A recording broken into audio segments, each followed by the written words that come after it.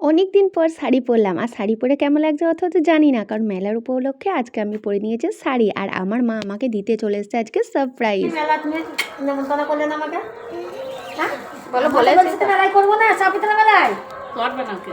তো আমি মায়ের বাড়ি যাই মাকে না জানি, আর মাও ঠিক না জানিয়ে আমাদের বাড়ি চলে এসেছে। যখন বেল বাজছে তখন ভাবছি কে এসছে, কিন্তু আমি যাইনি, মা কিন্তু এসে আমাকে সারপ্রাইজ দিয়ে দিয়েছে। তো মা আমাকে বললেনি যে তোদের বাড়ি যাচ্ছি। আমি যখন রেডি হচ্ছি তখন মা চলে আসে আমাদের বাড়ি, আর আমার বড় গেটের সামনে দাঁড়িয়ে ছিল যাবার জন্য। ঘর জামাই বাড়ি মেলা দেখতে এসে না বলে হঠাৎ চলে এসছে মা আমাদের ঘর। তো মাকে মেলা দেখতে আসার জন্য বলেছিলাম, মা আসেনি, কারণ মা বলেছিল আমি যাব না, বোনিদের আসার কথা ছিল, আমার বোনও যেহেতু আসেনি তাই মা বললো আমি যাব না, তোরা যা, আমি বসছি। তো এখানে আমার মেয়ে খুব জ্বালাতন করছিল, তাই ওর আব্বুকে বললাম তুমি সঙ্গে করে হাত ধরে ওকে নিয়ে এসো, কারণ ও তোমার কথা শুনবে, আমার কথা শুনবে না।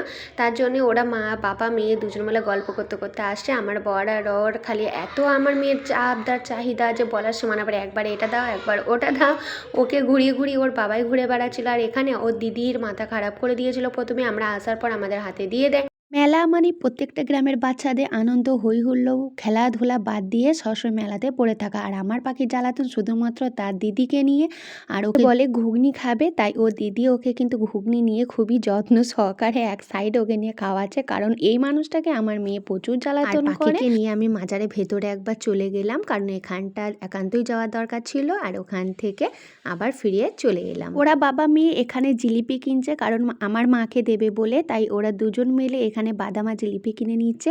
ঘোরাঘুরির পর ওরা আব্বুর হাত ধরে আমরা দিলাম বাড়ির পথে রওনা, আর দেখো বাড়ি চলে এলাম। তো আজকে ব্লগটা এখানেই, টাটা, সবাই ভালো থাকবেন, সুস্থ থাকবেন।